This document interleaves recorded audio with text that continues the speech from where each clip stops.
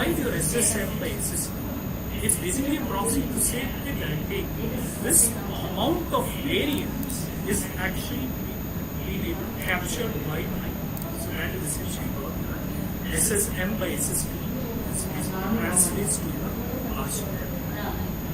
So this equation is very important. We always look at the R square to determine how good our model is. This is like that final weight before you pass and let the model be deployed for the purposes. So R square is very, very important. But R square alone is not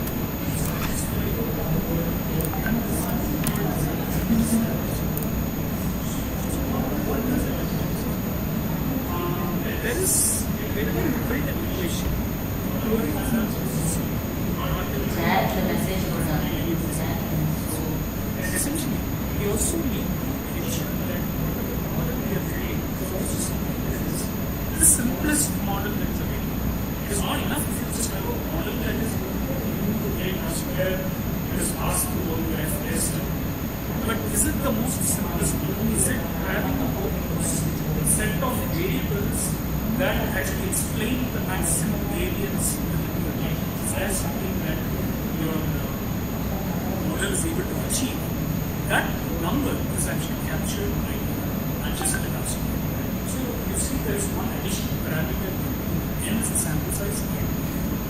You again compute the R square just the way you put here, but you put this penalty on n minus 1 by n minus p minus p is the number of parameters you are actually bringing into the equation. So this is the penalty that tells you okay, how simple your model is actually. So this is also often looked at before you make a decision on how to do it. And the most important and the last one that we look at is also the root mean squared error. As you can see here, the root mean squared error is basically the deviation between the observed value and the predicted value. Divided by the size and you sum up the mean square. It's basically simple mean square error. What you have inside the square root is the mean square error. Take a root on it, you get the root mean square error. This is a little more easier to keep it. Now, why is this useful? So, in our case, we just saw one equation where temperature, catalyst concentration, reaction. But typically, in the real world, what happens is you often test multiple such combinations. You list of variables that will be influencing the So it's important that you actually compare the error, mean square error. Is there an improvement? Of course, the R square will tell you the variance level. It's also important to look at the error itself. Eventually, what are you going to do? What are you going to predict? You might capture all the variables, that is true, but if it does badly on the prediction side of it, then your model is not going to pass. So that is where you actually use the root mean square error to identify we have built these 5 different models. Here are the models which actually give me the maximum improvement from an error standpoint. And I'm going to choose this particular model as the winner, which I will be deploying. So in the sense, these 3 critical parameters are the last before you sign off on say that you can use it for predictive or influential. So essentially, that's basically the 3 or 4 step process that we go through to build the regression equation and qualify it for further steps. I will pause here for any questions.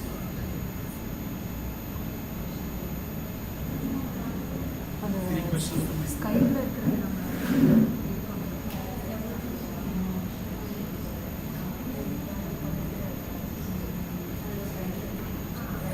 I think there is a okay. Now coming to the, you can call the residuals as the hero or the villain. Depends on how it works in your data, right? Sometimes it behaves so beautifully that you can just take it and walk away with it, but sometimes it will challenge you, and more often than not. Yes. Can you elaborate on PCA, principal component analysis? Okay, can I don't have any slides for that. Can I Okay. touch upon it towards the end? I mean, I can Yeah, sure. very highly. Sure. Or I can share some resources which you can probably go through. Okay, sir. Sure, sir. Thank you. Now, residuals, like I said, here is the hero plot, right? I mean, here the residuals are actually good. I mean, what you're having here is, this is that equation right in the middle, the line right in the middle which passes through the origin.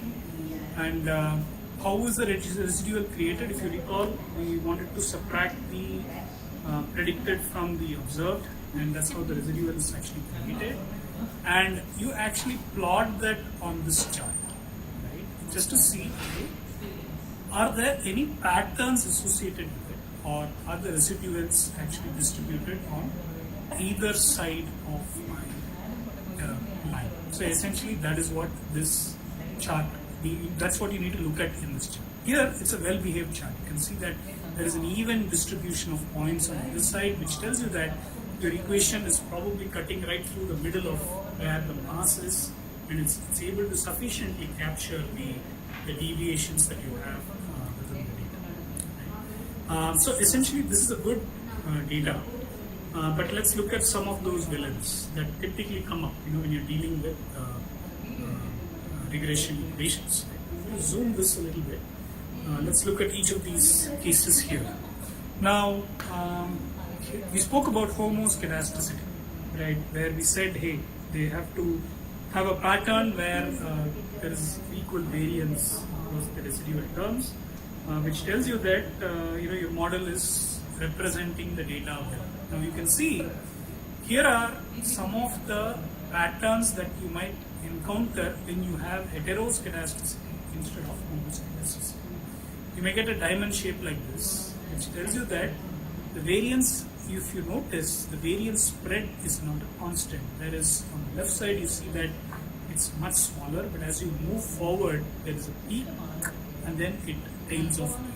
And that's happening on the positive side as well. So this is an indicator that there is some kind of variance instability within your data. Your predictors are not able to best represent your dependent variable. So that's basically heteroscedasticity. That's one type of pattern you can observe. Here is another one. This is a famous one. We call this the conical shape. I mean, you can see that it's like a cone. This is another kind where, again, your heteroscedasticity becomes a villain. There is some kind of an issue with the variance. You need to go and fix it. And I also spoke about, time dependence, right? I mean, I mentioned about the topic of autocorrelation. So typically, when you have time dependence, you will see a pattern like this in your residuals, right? They will fall along a pattern like this. Basically, what's happening is, over time, the residual patterns are actually increasing. As you move forward in time, your data has some kind of a time factor hidden with it. So in such cases, you either need to switch to a time series regression kind of a model. Within time series also, you also have univariate time series where you use the same series to go and predict what's going to happen next when you forecast for a period. You also have something called as an Aremax, or that's very similar to your multiple regression equation, where you can have time-oriented factors. We saw in the previous example where the chemical impurities dependent on reaction time, we had catalyst concentration and temperature. Now, let's say this temperature is actually varying over a period of time, different shifts of the day and things like that. So in such cases, you can actually determine the relationship between a time-stamped data on the left side and the right side with each other using a time series Aremax kind of a model. So that's another way to fit. It's also a regression equation in a way, but there are other principles that apply when you are interpreting those coefficients. So I just want to touch upon it before I proceed further.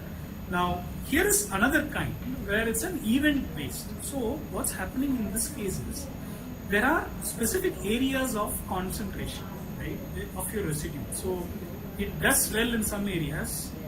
It's kind of empty. They're all kind of queuing up in specific areas. You can see that. I mean, there's some kind of a separation. It's not a randomly distributed points across both sides of the line. So in this case, what it tells you is there are some kind of segments within your data, right? In the impurity case also, maybe there are two different kind of chemicals that are being produced inside the same reactor or something like that. Now, in such cases, what's happening is there is for one type of chemical using one type of reactor, it might be producing a particular type.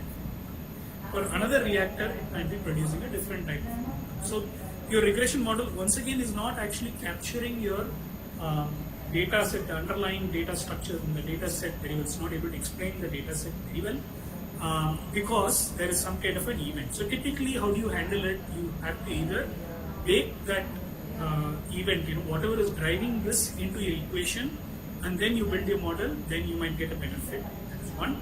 The second way is basically you may have to build separate regression models for each of these different pieces. I mean, you cannot approximate the process with just one equation. You may need multiple equations to solve your problem. That happens a lot in the industry, especially. Sometimes we do have segments at play, in which cases each segment is treated separately, and we get now. So that's basically.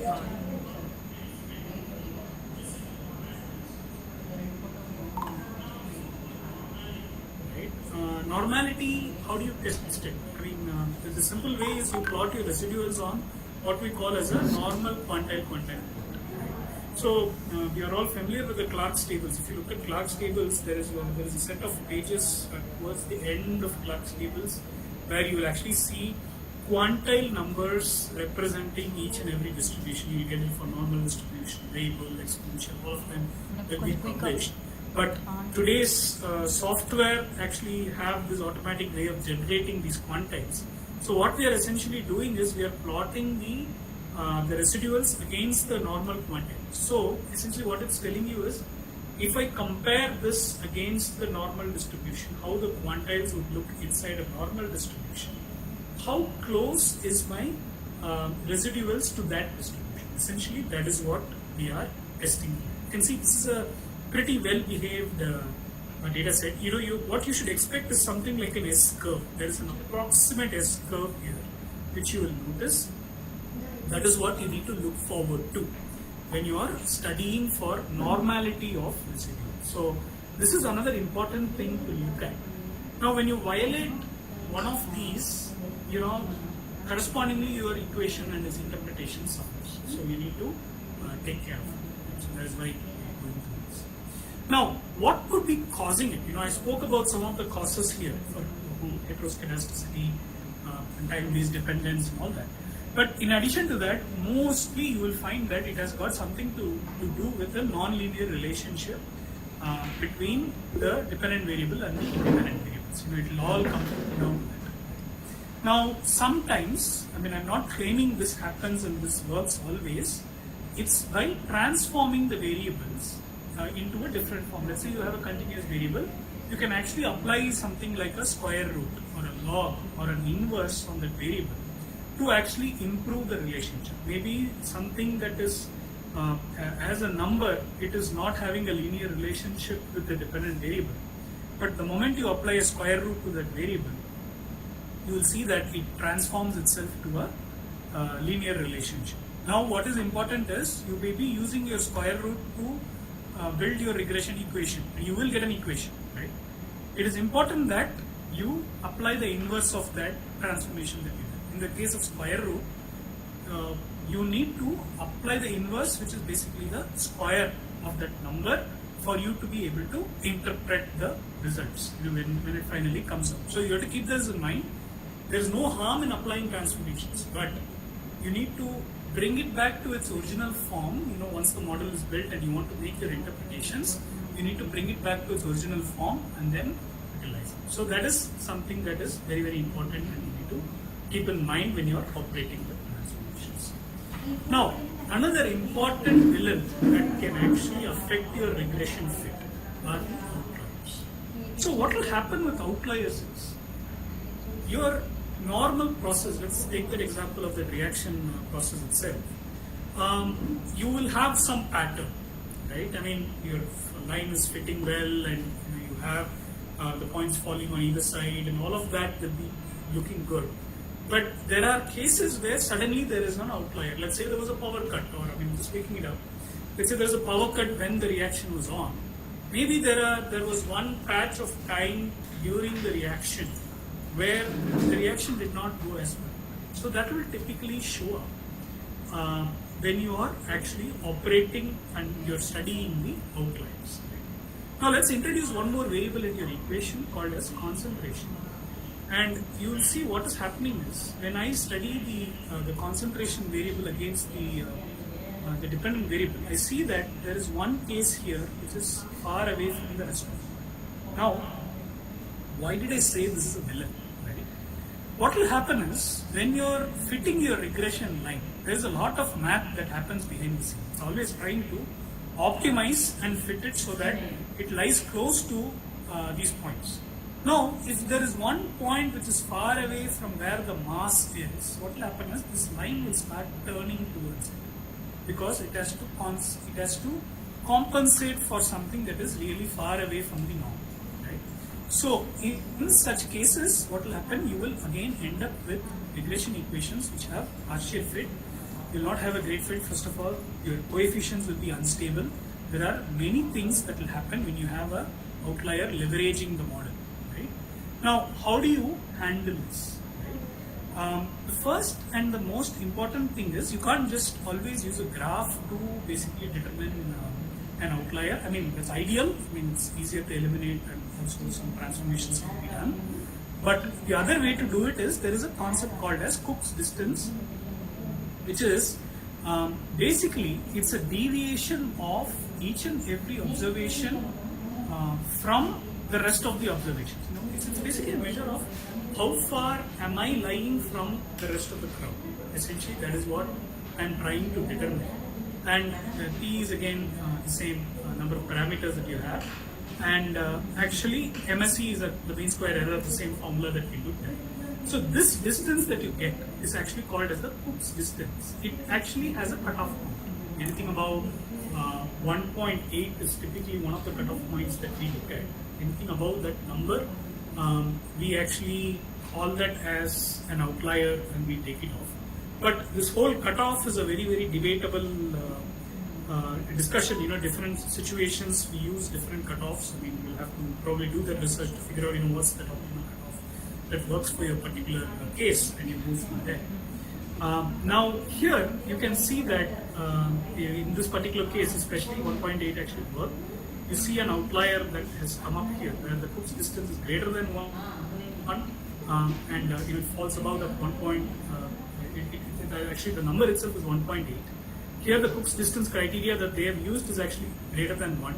But in the industry sometimes we go beyond this. You know, sometimes we want to accommodate some outliers. Sometimes we do retain some outliers. If the business says, hey, we want to keep that in the equation, we do keep it, but some cases we kind of drop it. That's what I'm talking about here, where you're removing the influential outlier from that particular data set will actually improve your model fit. That's one part.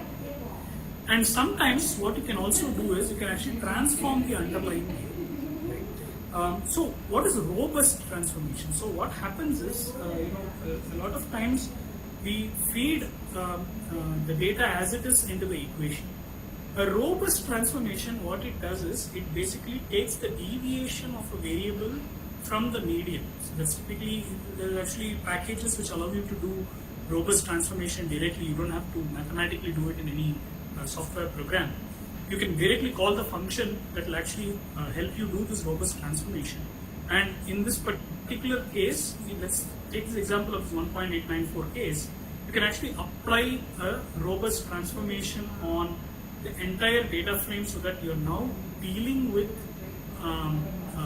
basically a set of data points which are deviated from their original representation, but then they're falling within a particular margin. Let's say when you do the robust transformation, what you will end up getting is this point that you see here might move a little more closer to the line, which means your line is able to capture that particular point's variance also within its sweep.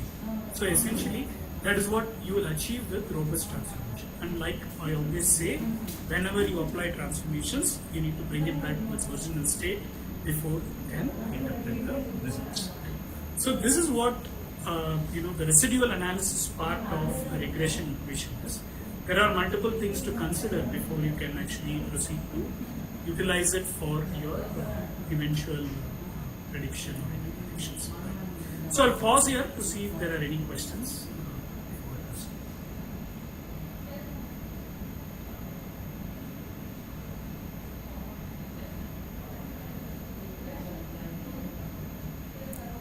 Okay, I take silence as no questions.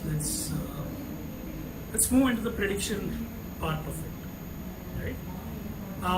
Now, what is happening here, right? I mean, we saw that equation where up front where we fit a model on these parameters: temperature, catalyst concentration, and reaction time, and we got this equation. Now we can, let's say this equation is qualified, and we saw that this particular equation actually qualified. It went through the various test processes and we got some good results even on the residual side of it.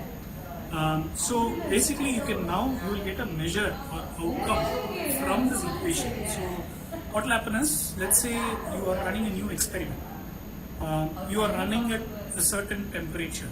You are running it with a certain catalyst concentration. You are running it at a certain reaction time bound. You can substitute those values that you have for your experiment into this equation, and it will tell you one estimated value of input. So essentially that is what will tell you whether you want to proceed with the experiment or not. Let's say for a particular combination of these parameters, the impurity levels as determined by the factory is too high, then they may not run that experiment. So that is where this kind of an equation will be handy when you deploy it for prediction. But there are some points to be kept in mind, right? I think I've been touching upon this quite a bit, right? That's why we went through the whole process of studying how my equation itself is. A poor model fit, let's say you have a very poor model fit, you really can't use it for predictions, because predictions means you are going to use it to take some action.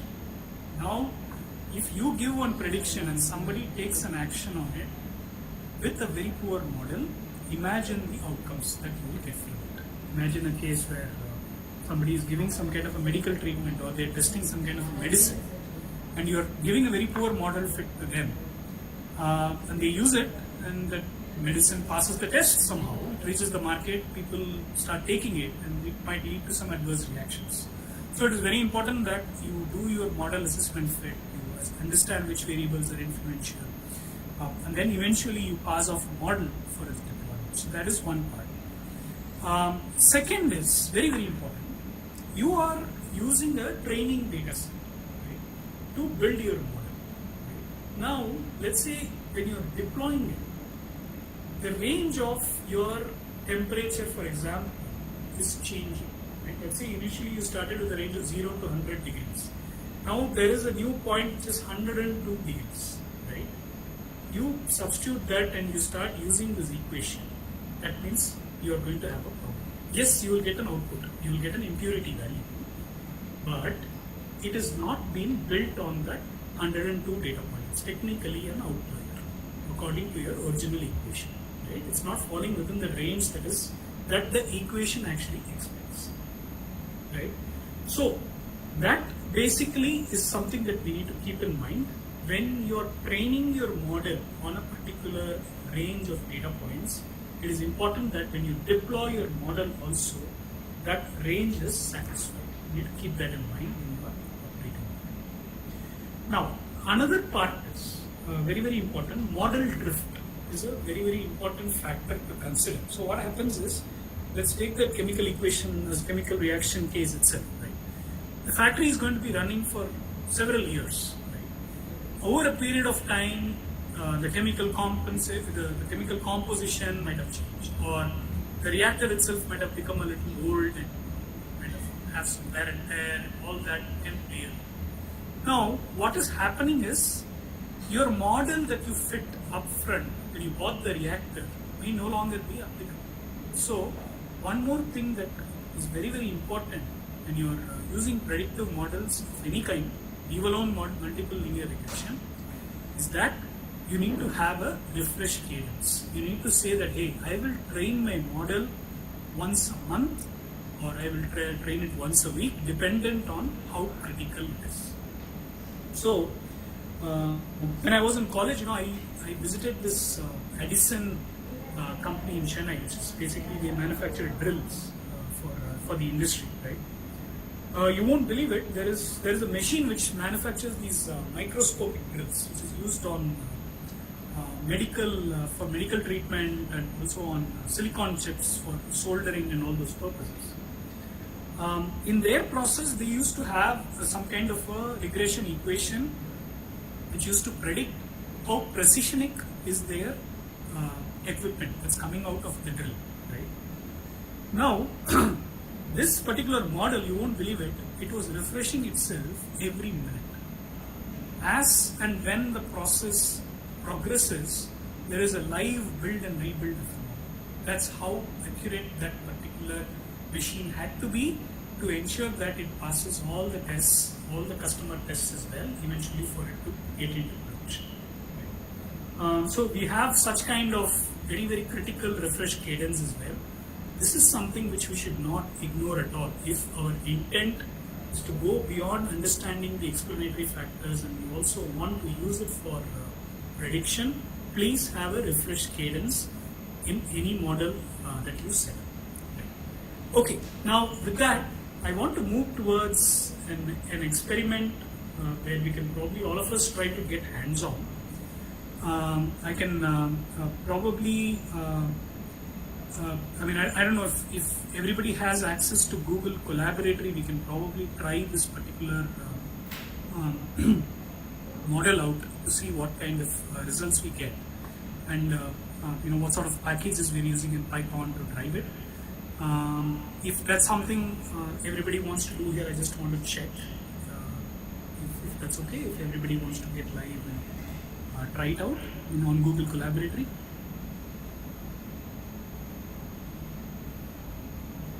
Is that okay? Okay. So does everybody have Google Colab? Then we have a valid. So there is a two questions for representing chat box. The first one is, Madam gives one of the questions, the slide explanation for PCA. Yeah.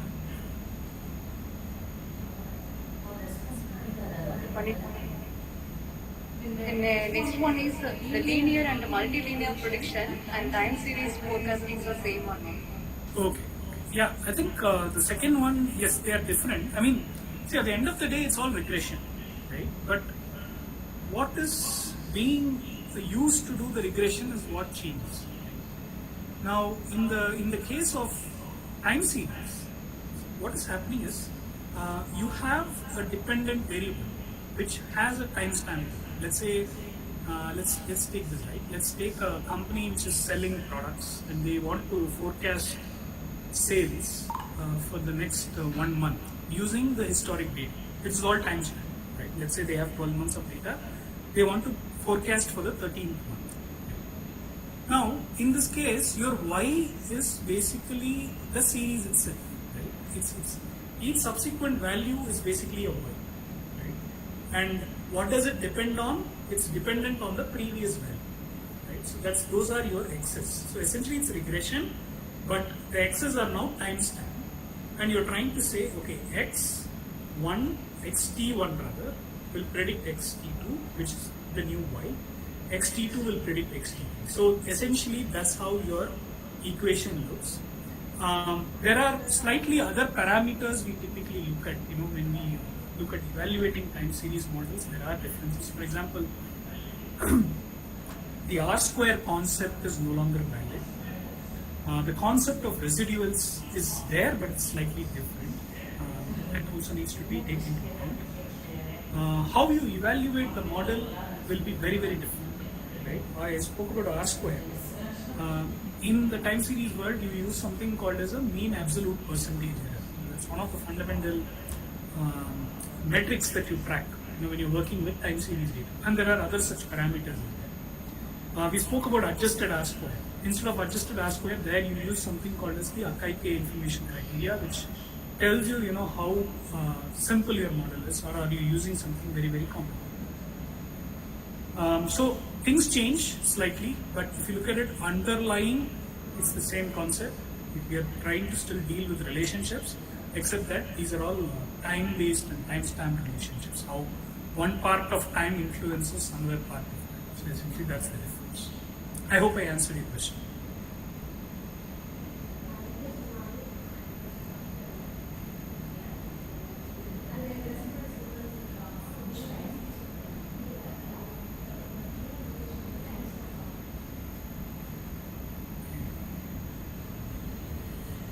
Sir, excuse me, sir. Yeah.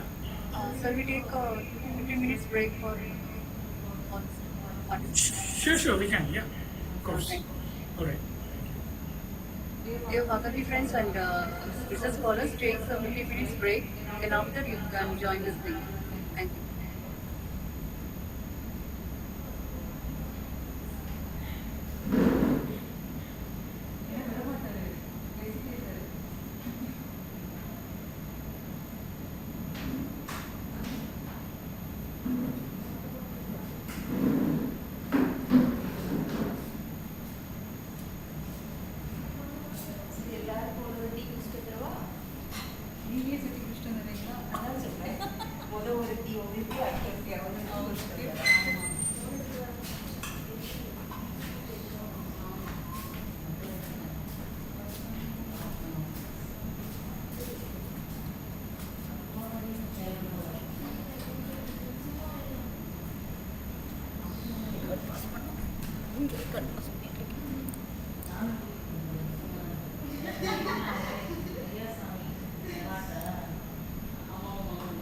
Stop recording.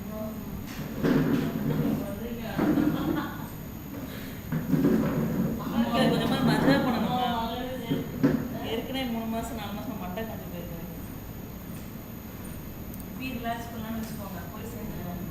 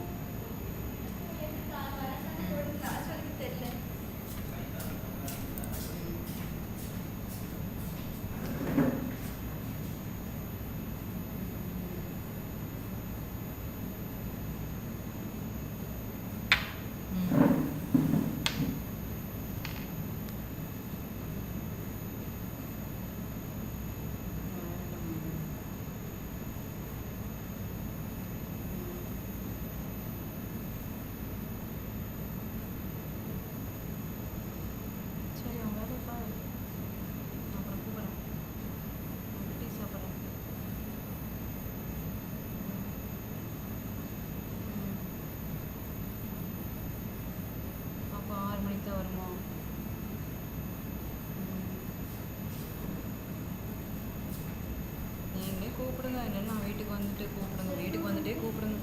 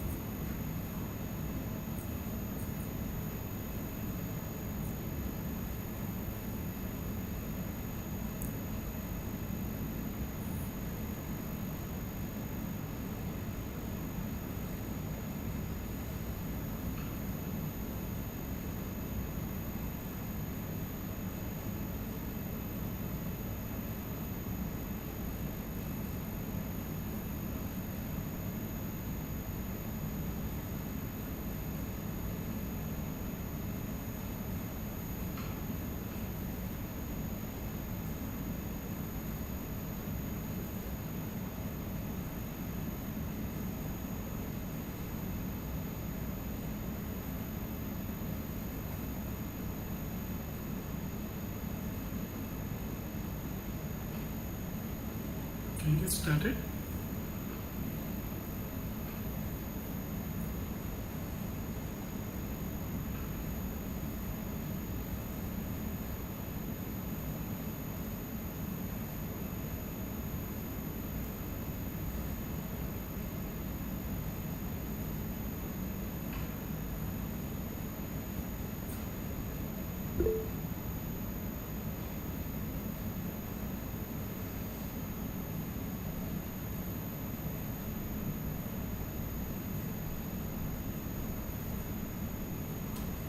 Yes, sir.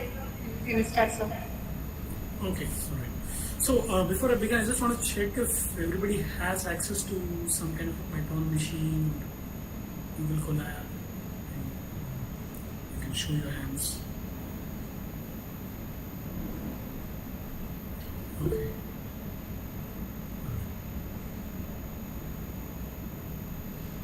Okay, I'm assuming most of you have it. I can see multiple hands going now. Okay, so I'll begin by talking about the data. I'll just show you what the link is. I'll probably paste it on the chat. So if you could go here and download it, and I will paste the code one by one and we all can. So just to talk about this data set itself, this is a very popular data set for people are explaining multiple linear regression. When people use this, I'm going to share my screen.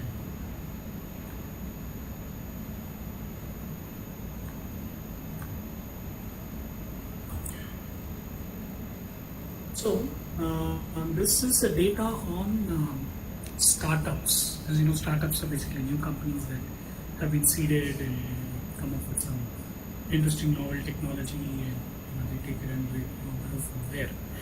Now, if you look at it, here we have startup data around 50 different companies in the United States across 3 different states: New York, California, Florida.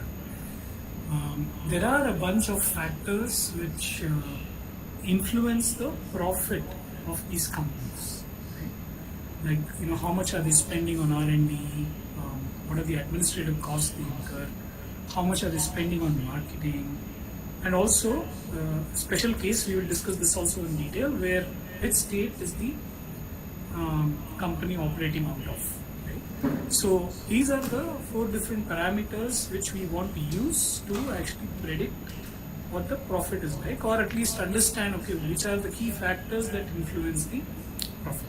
Right? So this data set, when I got it from Kaggle, you can actually download it onto your machines. Just click on download it, ask you to sign in with your Google account, and that's it.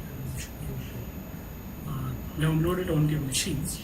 So we will look at building a regression model out of this. Okay.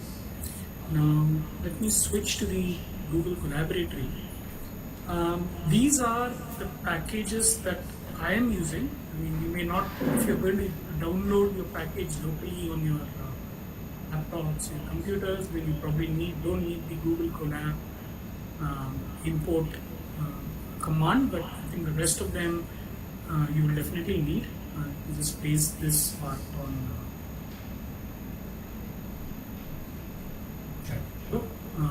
you can just put this in your notebook or in your script, whichever way you're doing it. And then the second part is, okay, this is more to do with Google Colab. I'll still paste it if people are using Google Colab, you can use it. You can basically use this to connect to the Google Drive where you kept your file, and you have to change it according to your file path, and then you apply it. You should be able to read all the files that's there in that particular folder. And then I think most of us should be familiar with the pandas DCSV command, not very different. Just reading the data into it. So in that, I mean, this is the next part of the code. You can actually do that.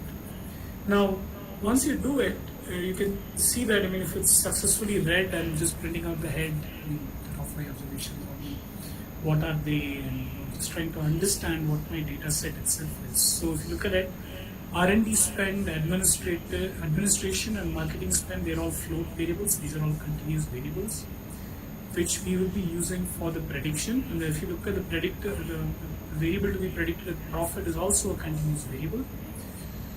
We also have a variable called state, which is an object, which is basically a categorical variable. We will see how to treat this separately. For now, let's work with these 3 variables as predictors. And in the next step, what we are doing is, we are going to use a package called as stats models actually. So this one I like it because it produces a summary very similar to what we saw on the slide. Right? I think using sklearn, it's a little tricky to arrive at that same kind of ANOVA table and also the assessment table of the model.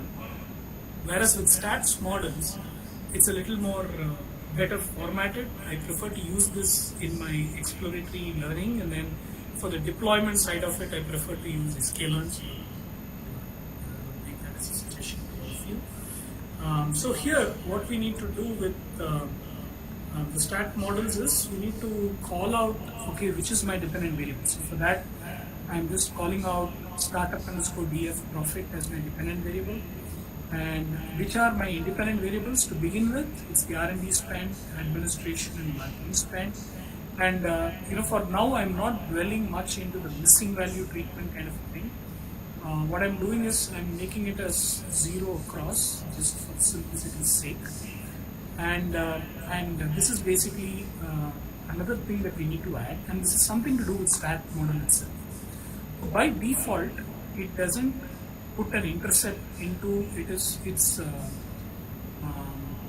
data, basically the equation, the intercept of the constant term in the equation. Remember, we had beta naught with beta 1 x1, beta 2 x2. The beta naught is not computed by default in stat models. So I'm calling stat models, and one of the function calls within that is basically add underscore constant. I need to give that, and I say add underscore constant x. So what it does is it communicates to SM that, hey, you need to build an equation with an intercept. Right? So essentially that is what this step is actually doing. And then in the next step, I'm actually fitting the model. So here you can see the call is slightly different from what we typically do in sklearn. Here it's sm.ols. OLS, what is that? OLS is basically ordinary least squares, which is basically a mathematical technique which helps you arrive at the coefficients using your underlying data set.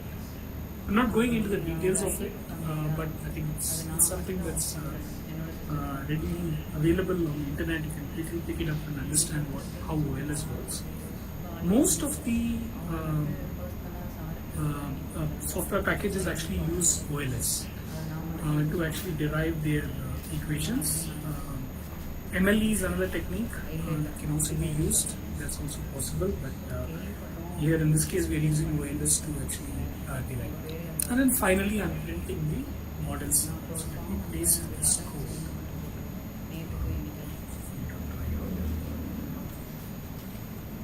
Now, once you run this, you'll see that when I give print model summary, it automatically prints out this set of parameters that that are important actually, right?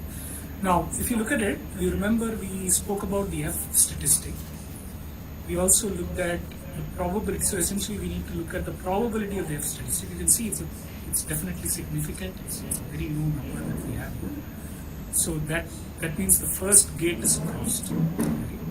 The second gate we spoke about was actually the R square and also the coefficients. We'll come to the coefficients a little later.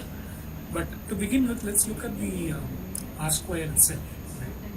Now here, if you look at it, the R square is pretty high, 0.951. So that's basically what the R square you're getting for this, which tells you it's a very, very good equation that you've actually fitted. Right? So that's a good thing. And if you look at the adjusted R square, it doesn't deviate much from the original R square. When you see a huge deviation, that means you're having a lot of parameters which are not really useful for your model. You may want to drop some of them and then refit them. But here it's not too much of a deviation, which means that you can stick to whatever equation you have and you can work with it. Right? So 2 gates passed. The third gate is to actually look at the coefficients. Right? Here you can see the constant has got a certain number. It's a pretty big number. I'll tell you what that number is. And in addition to that, these are the coefficients that you are associating with each and every parameter that we have, the R&D spend, administration, marketing spend. But you need to assess, okay, which among these variables are actually significant, right? right? So that's where you look at this probability greater than the t, norm of t. Here, if you look at it, only two variables are important: the constant and the R&D spend. The other two have very high values, which will definitely not be significant. So essentially, what is this communicating? Every time somebody is increasing, let's say their R&D spend is in dollars, they increase it by $1, the outcome is going to be a 0.8 return. So essentially, this is the return that you get from the R&D spend that you do for your company, right? It's basically a positive influence on the eventual profit that the company is making. So essentially, that's what this R&D spend tells you. That's a very natural thing, right? I mean, any startup is always focused on R&D. Their R&D spend is the most important thing that's yielding results for them. They should definitely look at. But for interpretation's sake, let's look at some of the parameters here, right? For example, administrative costs. That's always something that you're spending money on your staff, your equipment, and all that. That's always something that hits your pockets, right? So that influences the profit again. Right? So it tells you that whenever this one increases by $1, there is a negative impact of 0.0. Right? Although this variable is not significant, at least from an interpretation standpoint, we'll just try to understand what it's telling us. It tells you that you need to have an eye on how much you are spending on the administration and keep it as low as possible, so that it doesn't impact your profit. So essentially, that's the interpretation you get from this particular equation. The next one is marketing spend. Marketing spend has a positive value, but what is interesting is it's got a very low coefficient. It tells you that you're spending money, but probably you're not spending enough to give you a profit. The influence of the marketing spend is pretty low. So that's how you interpret this coefficient. It is not significant, but still, for us to understand, this is what it is. This is what that coefficient tells us. So essentially, tomorrow if a new startup comes and they want to assess whether they will be profitable, given that they are spending in a certain way on these three parameters, this is the equation that's going to help us. Right? I mean, they can substitute it, and then according to how much they're spending, this equation will give you a number, telling you that hey, this is the profit you're going to make. Accordingly, they can adjust it and then play around with the numbers and figure out what's the optimal way to operate. So that is what this particular equation is trying to tell us. Now, I spoke about not using sklearn. What I typically do is, from an interpretation standpoint, I use stat models and see how my equations are looking and things like that. And and then I always use sklearn to fit the model. Tomorrow, let's say I want to deploy the model, I always prefer to use the sklearn model. So here you have to first initiate the model as MLR underscore model, linear regressions. It's basically the function called sklearn to initiate or instantiate the linear regression model. And then you use the fit attribute of MLR model on the dependent and independent variables, and you get a model fit. And then here you can see, I mean, you'll realize why I prefer to use the other one, the stats models, right? I mean, this is how the equation actually comes out. These are actually ignore the zero, but this is basically the constant or the intercept, and these are the different parameters. You can see they are matching between the two packages, which means that there's no problem there. And this is actually the R square, and you can see the R square is also matching in both the packages. It's 0.951 here, it's 0.907, approximated it. So essentially, this is how sklearn prints out. Obviously, this is not very convenient for us to study a lot of parameters, so that's why I use stats models. So this equation also, this piece of code also I will paste so that you can probably pick it up. So essentially, this is how the model fit happens in Python. You can realize that this part is probably the easiest part. You can quickly come up with what is important is to understand what all needs to happen prior to fitting the model. You assess your variables and you determine what works and things like that, and then qualify only those variables which you feel have the best impact, and then you take it from there. So that's very, very important when you deal with linear regression. Right? So I'll just pause here just to see if there are any questions before moving on to one new topic. Any questions from anyone? I hope you were able to follow and execute it in parallel. Download and execute it. Just wanted to check. Yes, sir. Yeah. Okay. All right. Now let's get back to the slide deck and let's look at another important concept that you're going to encounter this very often, right? Categorical predictors. What are categorical predictors? So typically in any industry application, what you will find is, apart from variables which are continuous in nature, you will get categorical variables such as even ratings associated with a particular person, or a particular product, and things like that. So these are all not continuous variables. These are all ratings where say somebody says good, very bad, worse, and things like that. These are all categorical variables. They need to be coded slightly differently for you to consume them inside a model, because your regression model only understand numbers. They won't understand characters and all that. I mean, technically they can understand, but it's like unless you tell them how to understand, they won't understand. So that's where we use, and let's begin with the example, I'll come to the details.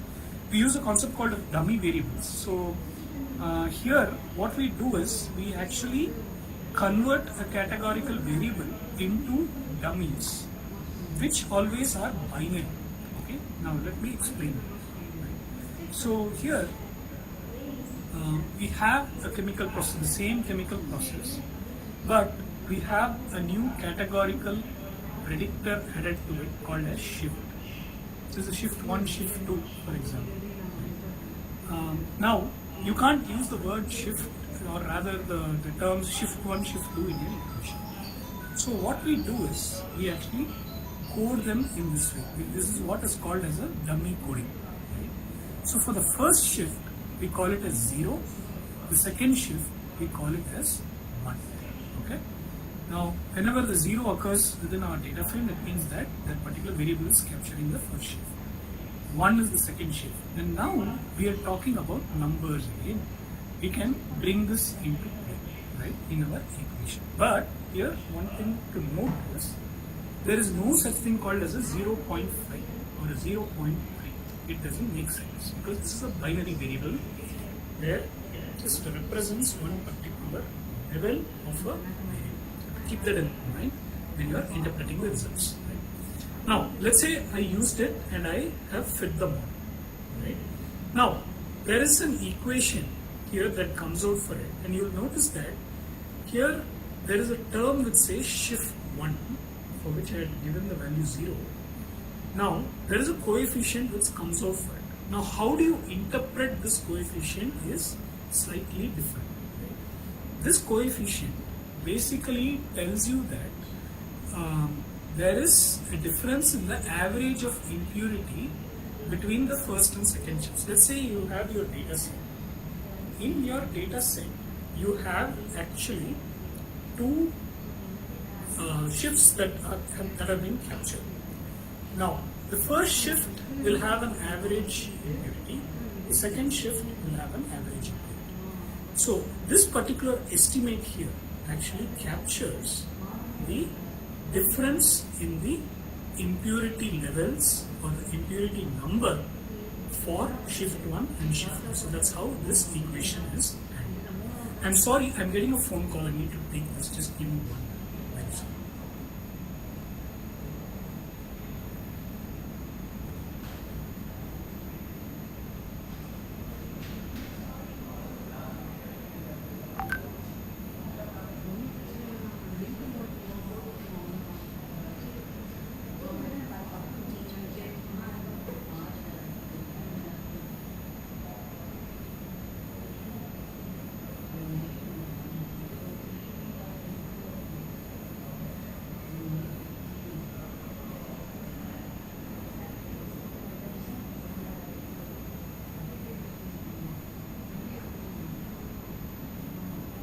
I'm so sorry, there was somebody coming into office, I had to let them know.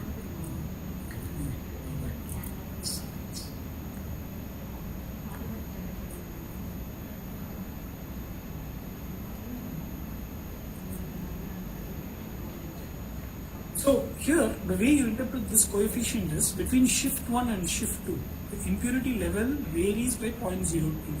So essentially, maybe there is some impurity concentration that differs from one shift to another. So that is how this particular variable gets interpreted when you are having dummy variables. So that's something that we need to keep in mind. This is not like, we're not talking about that unit increase and impact on estimates, slightly different. Right. Now let's take another example where we are introducing 3 levels and we are looking at basically comparing the old model that we had with the new model. If you remember, the old chemical reaction model had an R square of 0.79, and now I have introduced 5 predictors. So 3 predictors which were there earlier, concentration, temperature, and catalyst, and I have added a shift variable, and I have also added a reactor variable which actually had 3 variables, 3 levels. Now after doing that, you notice that the R square has further improved. It's gone up to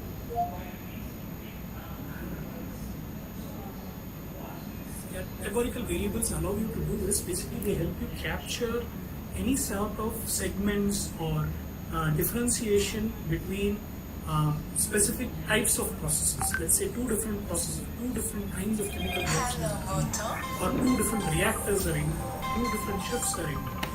That kind of information can also be captured as part of your model when you bring in a categorical predictor into. I also want to touch upon another way of coding your categorical variables, something called as effect coding, which we use typically in ANOVA based experiments, but it can also be used in linear regression. In such cases, what you do is instead of using 0, 1, you can actually use -1 and +1. So because you're operating with some pre-knowledge about what that impact might be of that particular variable on the dependent variable. In such cases, you can give a penalty saying it's -1 in one case, it's +1 in one case. But the interpretation is largely similar to what you did when you're dealing with 0. But except that when you get a coefficient with -1, that means your model gets penalized. Whereas if you're getting a coefficient of +1 side, your model, your outcome gets improved. So that's something to keep in mind. There is some literature that's available which I can share right at the end of this session. I can share some links with all of you. Thank you. So essentially, that's basically what I wanted to cover from a theoretical aspect of it. Across these different topics that we have within multiple linear regression. So I'll just pause here to just see if any questions, and then we'll return to that same case with the categorical. Any questions from anyone on the categorical side of it?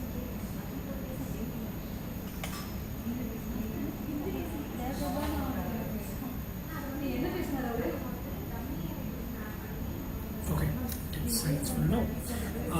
Now let me go back to our case again. And now if you remember, in our original data set, we also had a variable called state in addition to the other 3 variables that we had. So what we are trying to do here is, hey, can I tell how much of an influence does the state where that particular company, the startup is, does it have an influence on the profit? Why are we doing that? Each state in the United States, if you look at it, they will have their own tax rules, for example. They will have their own labor code. Those tend to actually influence the profit numbers, right? And how will this be useful to the company?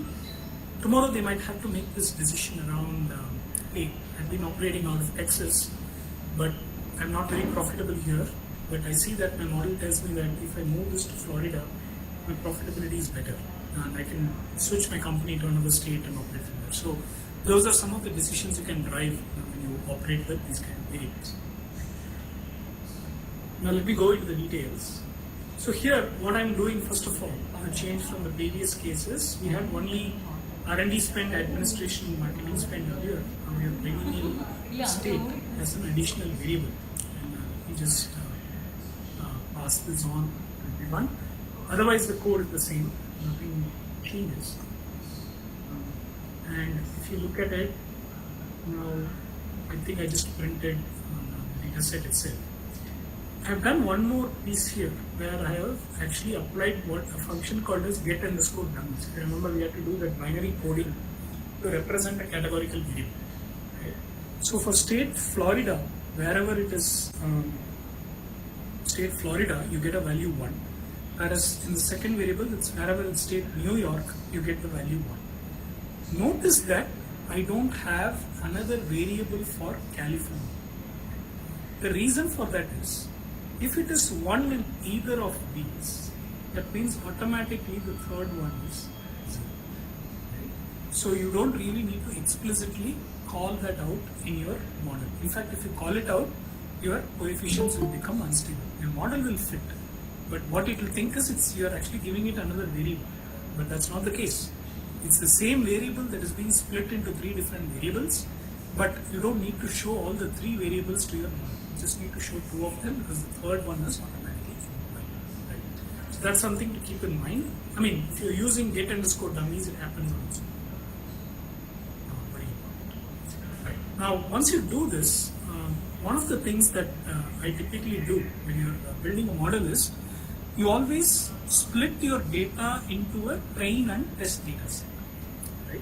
Why are we doing this? When you fit your model on the entire data set without doing a train test, what will happen is your equation will try to fit and compensate for all the points in your data. You will get an equation which will be fantastic. But the moment you take it out of that data set and apply it in a new data set, even in our chemical reaction example, let's say they want to apply it in the new shift or a new chemical process that they are setting up. They want to apply the equation. It may produce errors. So that is where, when we split our data into training and test, what we can do is we can build a model with the training data. We will get a model out of it. We will test it on the test or the holdout data set that we have. And we will see how well the model is able to capture the variation from the training data set and apply it in the test data set, and it's still able to retain the quality of results. How do you assess the quality? It's the same process. You look at your R square, you look at your residuals. None of that changes. Right? So you continue to do that. So that is where the train and test philosophy is very, very important. For any model building exercise, it is important that you use the train test spread function in sklearn to split your data into say 80-20, 70-30, depends on your choices, and you basically set it. The random state is useful because it will help you produce the same samples over and over again. That's the reason why we use this here, but the rest of it is self-explanatory. Now, once again, what we do, we take the new train and test data set and we actually apply the model, we apply that same model that we built earlier or we refit it, and we are refitting that same model on the new train and test data set. Here first you do the fitting, and then we take that model and we predict it with the test data set that we had. Right? And this is the output of the prediction that we got for each and every value that we had in the test. I mean, the test data set also had values for marketing spend, R&D, administration, and also the state. So you substituted an equation with the values from x underscore test, and these are the predictions that came out.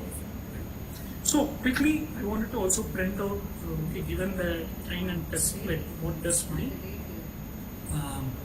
R square look like? You can see the R square is 0.89. Remember earlier we got 0.95. What does that tell you is basically when we fit on the whole data, the line was probably compensating and it was able to fit the data in a way that the R square was maximized. Right?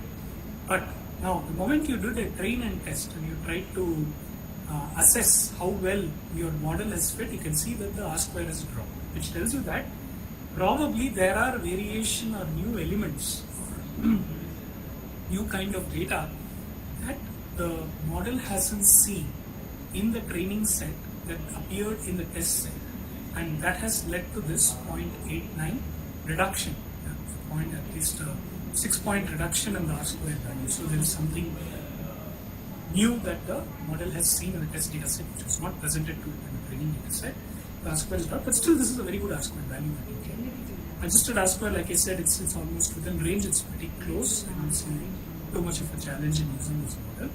Root mean square error is useful if you're going to test multiple roots. So for example, instead of using all the predictors here, let's say you want to take state out of the equation, you want to compare the root mean square error between the earlier model with the state and the tau state. I'm just making up an example here.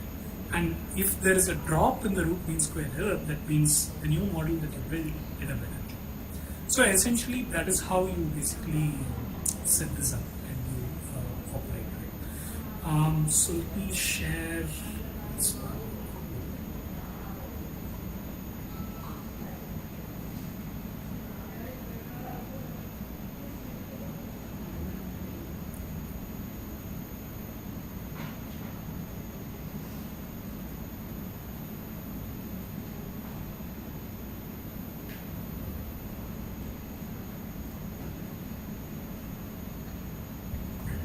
That's the complete code that we have right at the bottom.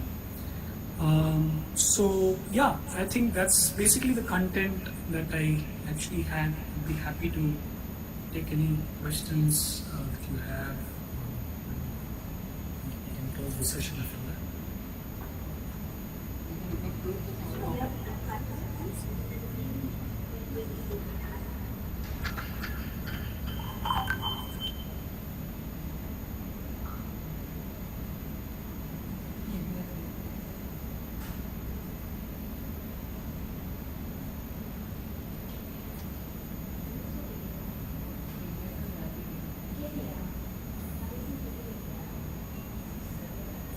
Okay.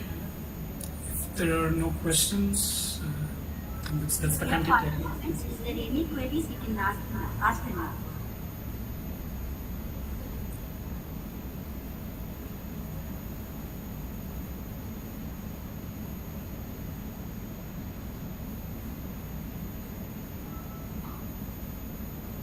All right, I take silence for no questions. Thanks for this opportunity. I hope it was useful. And I was not repeating something that you all already knew.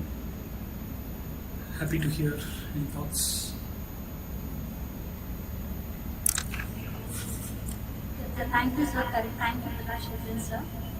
So you have spent a lot of time for us and you have completed the session. And I think they gathered so much of information regarding multiple information. So thank you, sir. And we'll see the thing that is the suborbital emission and other things in the extinction. All right. Yep. Thank you. Thank you. Thanks. Thank you so much, sir. It was very informative. Thank you, sir. All right. Thank you. Good to hear that. If there is any comments you'd like to convey me, you can convey here also. Participants?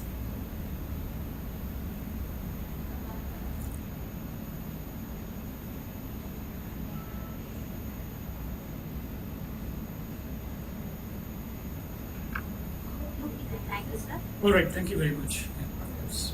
Bye. Thanks. Yeah, participants, the next session will start at 2 o'clock. So, all of you are requested to join the same link for the second session.